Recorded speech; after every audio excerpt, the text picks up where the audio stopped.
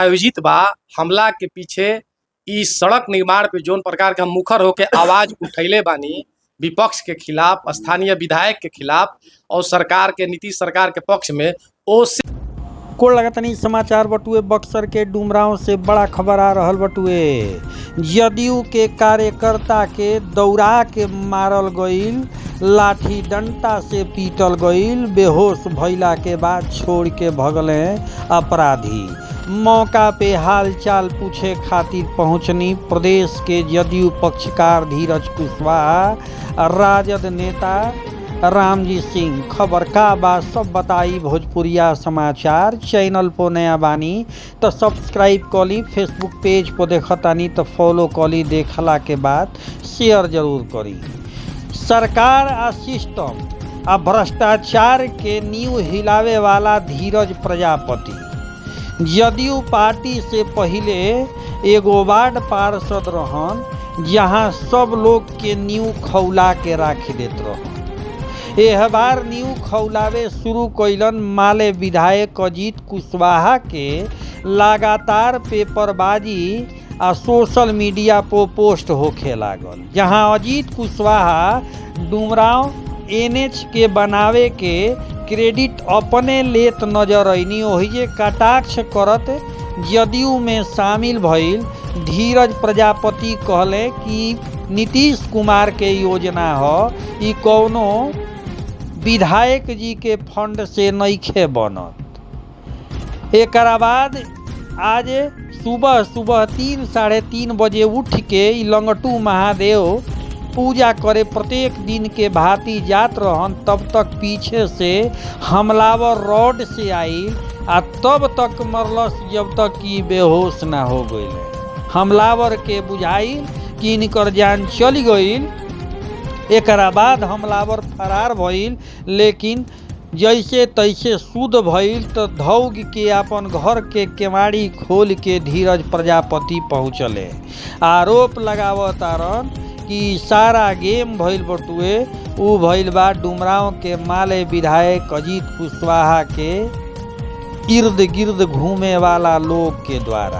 आरोप लगावतारे कि इनकर कुल पूंजी पगहा हम उखाड़तानी, जेकरा के लेके ई लोग खलबलाइल बटुए।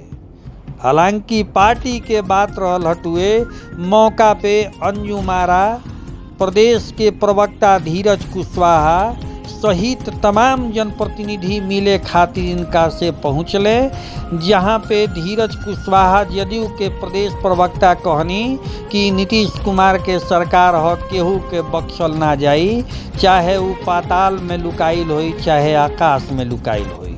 मौका पे जांच करे खातिर एहिजा के थानेदार संजय सिन्हा साथे साथ डीएसपी पोलस्ट कुमार भी पहुंचनी, पूछताछ भी कैनी। लेकिन सवाल सबसे बड़ा ये बा, जब सुशासन के सरकार बा तो सुशासन के लोग के साथ ही घटना हो गई तो आगे का होई। पुलिस खातिर चुनौती बा कि ऐसन कुकृत्य करे वाला लोग के पुलिस जल्द से जल्द गिरफ्तार करके आ सबके सामने लाओ, ताकि पता चल सके कि सुशासन के सरकार साचो बा। वही जे राजद नेता रामजी सिंह कहनी कि डुमरांव जवन बटुए वीर के धरती हटुए, न जाने केकर नजर लाग गइल बा, चाहे हमार पार्टी के होकर चाहे केहू के पार्टी के होकर, ई जे भी कइले बा ओकरा सजा मिले के चाही।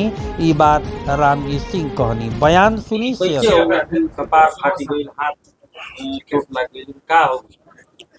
देखिए, हम तो अपन नियमित रूप से जोन बा लंगटू महादेव मंदिर में पूजा पाठ रोजाना हम जाइला। 21 साल से हमारा आदत बा। अपन दिनचर्या के अनुसार प्रातः काल 3:15 बजे के आसपास हम लंगटू महादेव मंदिर अपन पूजा पाठ के सामग्री लेके हम निकलनी। जैसे भी 2 कदम पीछे आगे बढ़ ही रहनी, पीछे से कोई जोन बा जोरदार जोन बा लोहा के रॉड डोट से पूरा हमला हो गई हमरा पे। हम जोन बा हमरा अंधेरा छा गई, अचेत अवस्था में गिर गईनी। और जोन बा धुंधला टाइप से लौकल कि कोई भाग रहल बा गली के पीछे से, आ सर और हमार फाट गई। और 3:15 बजे हम केकरा के फ़ोन करी। हमार जोन बा परिवार के लोग मिलजुल के हमरा के जोन बा ट्रीटमेंट कराओ लो, वार्ड के लोग मिल के जोन बा थाना में गईनी। थाना के बाद इंजरी रिपोर्ट खातिर हम अनुमंडल अस्पताल गईनी। ओजानुमा 10 गो टाँका हमार सर फाट गईल बा, पे लागल, हाथ फाट गईल बा, मरहम पट्टी भइल, मोबाइल भी टूट टाट गईल बा, और जोन बा टेटनस के सुई, दर्द के सुई, एंटीबायोटिक सब काहे भइल के करेले बा? ई जोन बा हम जे हमला करल गईल बा ओकरा के तो हम देखनी है ना, अनजान व्यक्ति द्वारा ई हमला करल गईल बा। लेकिन हमारा आशंका बा, हम जोन बा डुमरांव थाना में गईल बानी, अपन तरहीज में एक जिक्र कैले बानी कि हमारा आशंका बा जोन ई पथ निर्माण विभाग द्वारा, बिहार सरकार, नीतीश सरकार द्वारा ये जो NH 120 डुमरांव के जो सड़क बनता, 1 महीना से लेके ए पे काफ़ी रक्षा कसी चलता स्थानीय विधायक, डुमरांव के विधायक से। पलटवार वो करतन, पलटवार हमू काउंटर करतनी, सोशल साइड मीडिया में वायरल बा। यहाँ तक कि 3/8/2025 के एगो भास्कर खबर बा, देख सकतनी रहुआ, जोन बा बहुत बढ़िया खबर छपल बा। ए पे स्थानीय विधायक पर हमला बोलले बानी और डुमरांव की जनता और आसपास की जनता के बता रहल बानी कि सूबे में श्री नीतीश सरकार के योजना बा, मरम्मती 1 करोड़ 30 लाख के माध्यम से एकर मरम्मती सह निर्माण कार्य चलता। वीडियो भी हम जोन बा यूट्यूब पे, सोशल साइट पे डाल रहल बानी, लेकिन उनकर आदमी अनाप शनाप उल्टा पुल्टा हमार सोशल साइट पे बयानबाजी करता लो, जो सोशल साइट पे अंकित बा। तो हमारा ऐसा आशंका होता कि जोन ई हमारा पे हमला भइल बा, प्रायोजित बा। हमला के पीछे ई सड़क निर्माण पे जोन प्रकार के हम मुखर होके आवाज उठैले बानी विपक्ष के खिलाफ, स्थानीय विधायक के खिलाफ और सरकार के, नीतीश सरकार के पक्ष में, ओसे ई संबंधित बा, प्रेरित बा। हमार आवाज दबावे खातिर, पोल खोल अभियान रोके खातिर हमारा पे हमला करल गईल बा, ऐसा हमार आशंका बा। और एकर हम रिपोर्ट डुमरांव थाना में लिख के हम आई बार हम दे दिले बानी। नीतीश सरकार तो कह जाला सुशासन के सरकार है, लेकिन ये सुशासन में रउरी हाल सुशासन के सरकार बा। रुआ देखत हो कब कि जहाँ कहीं भी एक प्रकार के घटना वारदात होता, अप्रिय घटना होता, ऊपर प्रशासन बड़ा ही मुस्तैदी के साथ त्वरित कार्रवाई करता, गिरफ्तारी होता, ऐसा कोनो बात नहीं है। सुशासन के सरकार चलता।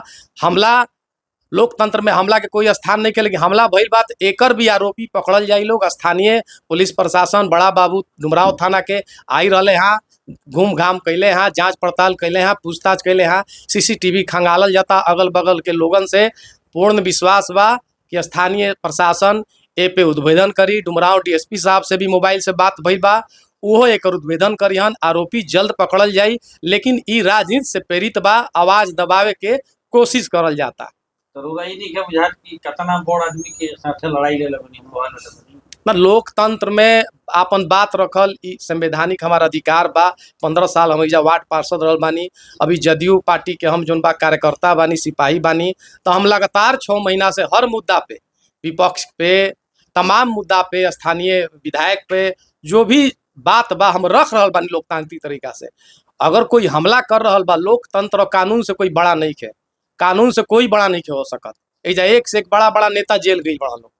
तो ए कहल कि भाई बरियार आदमी कोई बा, तो ई कहल बेकार बा। कानून से बड़ा कोई नहीं है। हम कानून के शरण में गइल बानी, सुशासन के सरकार के शरण में गइल बानी, जरूर न्याय मिली। हम चाहतनी कि ए पे जोन बा गहन जांच हो, आरोपी के पकड़ल जाओ। आई जोन हमार आरोप बा स्थानीय विधायक उनकर आदमी द्वारा जोन बा हमला हमारा पे करवावल गई बा, ऐसा हमार आशंका बा। चूंकि रोड के मामला लेके हम काफी मुखर बानी, पूरा डुमरांव में बात के सब चर्चा बा। मतलब विधायक जी कहत रहे कि हम रोड बनवाओ तनी, आ राहुल का नाम बाकी सरकार के। हाँ, वहाँ का नाम तो हम बनाओ तनी, हमार का नाम बा कि पथ निर्माण विभाग नीतीश सरकार के उपलब्धि है। विधायक फंड ना है उनकर, तो खुद बा 25 करोड़ के फंड, उनकर फंड कहाँ भाई? ई पथ निर्माण विभाग के ही फंड है, 1 करोड़ 30 लाख के माध्यम से ही चल रहा है। अभी ग्रामीण चौंगाई में भी एक प्रकार के जोन बा उनकर द्वारा गलत बोलल गई, तो ओपे भी हमारा द्वारा जोन बा प्रकाश डालल गई कि ग्रामीण कार्य विभाग के द्वारा वो रोड बनता, ना कि इनकर विधायकी फंड के द्वारा बनता। का नाम पड़ी? हमार नाम धीरज कुमार परी, हम एजा के डुमरांव नगर परिषद के पूर्व वार्ड पार्षद बानी और अभी जदयू पार्टी के छोटा सा सिपाही बानी, कार्यकर्ता बानी। कार्यकर्ता पर हमला भइल बा, का कहूं? देखिए, ये तो दुखद बात है। चूंकि हम भी इधर घूम रहे थे तो पता चला कि धीरज जी हम लोग के पुराने साथी हैं और इन पर रात में जो हमला हुई है तो ये बहुत ही निंदनीय है। और देखिए, लोकतंत्र ने सबको अधिकार दिया है कि अपनी बातों को कोई भी व्यक्ति रख सकता है, निष्पक्ष पक्ष हो या विपक्ष हो। लेकिन किसी पर स्थानीय विधायक हो या और भी प्रतिनिधि की हम बात कर रहे हैं कि किसी को अधिकार नहीं है। अरे अगर कोई त्रुटि आपसे रह गई है, आपकी बातों को उजागर लोग कर रहा है, तो इस बात को संज्ञान लेकर विकास करना चाहिए, न कि किसी पर हमला। ये हम नहीं जानते हैं कि उनके द्वारा हमला कराया गया है या नहीं कराया गया है। इसकी पुष्टि प्रशासन को बचेंगे नहीं और उन पर सख्त कार्रवाई होगी। अभी स्थानीय लोगों का भी हम बात सुने और अभी यहाँ के जो डीएसपी हैं वो भी आए थे, एसपी से भी बात होगी और इस पर जो भी होगा कड़ी कार्रवाई की जाएगी। क्योंकि कानून को कोई हाथ में नहीं ले सकता है। अगर किसी को किसी से समस्या है तो उसके लिए थाने बने हैं, न्यायालय बने हैं या कई तरह के आयोग बनाए गए हैं। सबकी अभिव्यक्ति है, कहीं पर भी जाकर बात रख सकता है और इस सरकार में अगर न्याय नहीं मिलेगा तो कहीं नहीं मिल सकता है। क्योंकि आज़ादी के बाद में अगर बिहार में विकास हुआ है तो नीतीश कुमार जी के ही द्वारा हुआ है। और अभी हमने देखा कि ये धीरज जी द्वारा एक लिखा हुआ पुस्तक है, सामाजिक कार्यों का दर्पण, उन्होंने लिखा है और डुमरांव संबंधित जो भी काम हुए हैं या गड़बड़ियाँ हुई है इसमें पूरा दर्शाया हुआ है।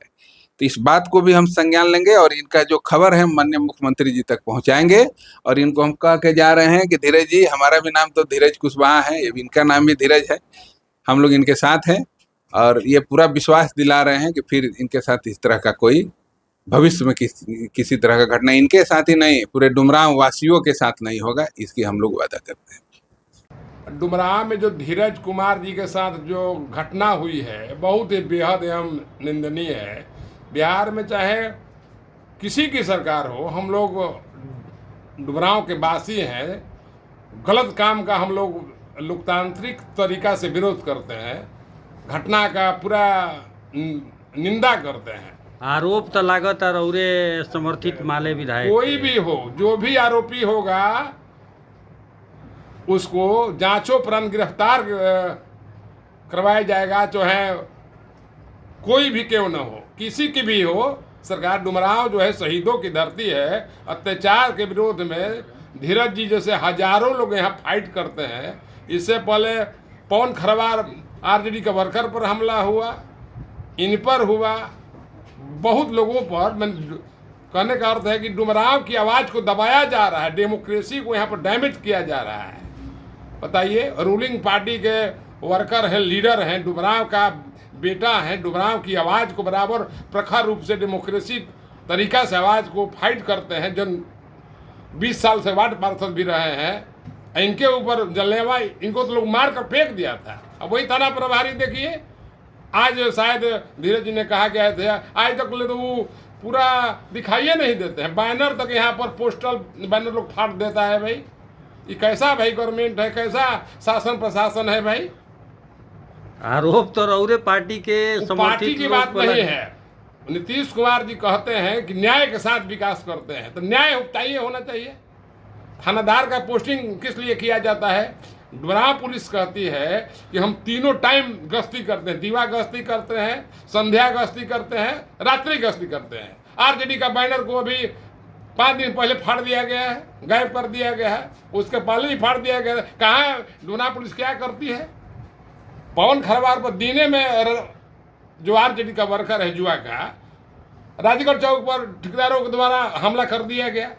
करप्शन के विरोध में आदमी जो नली गली के विरोध में जो प्राकलन के अनुसार अपना काम कराने के लिए फोर्थली बेचारा मैंने लोकतांत्रिक तरीके से आवाज को उठा रहा था, गुंडा लोगों ने ऐसा मारा, उसको पीटा। परिचय, मेरा नाम रामजीत सिंह यादव है, मैं आरजेडी का फुल टाइमर वर्कर हूँ। अत्याचार के विरोध में बराबर फाइट करता हूँ, चाहे किसी दल का कोई कहना हो। न्याय के साथ हम लोग हृदय से विकास करते हैं। इस मुद्दा का हम लोग माननीय मुख्यमंत्री तक ले, बिहार सरकार तक ले हम लोग ले जाएंगे।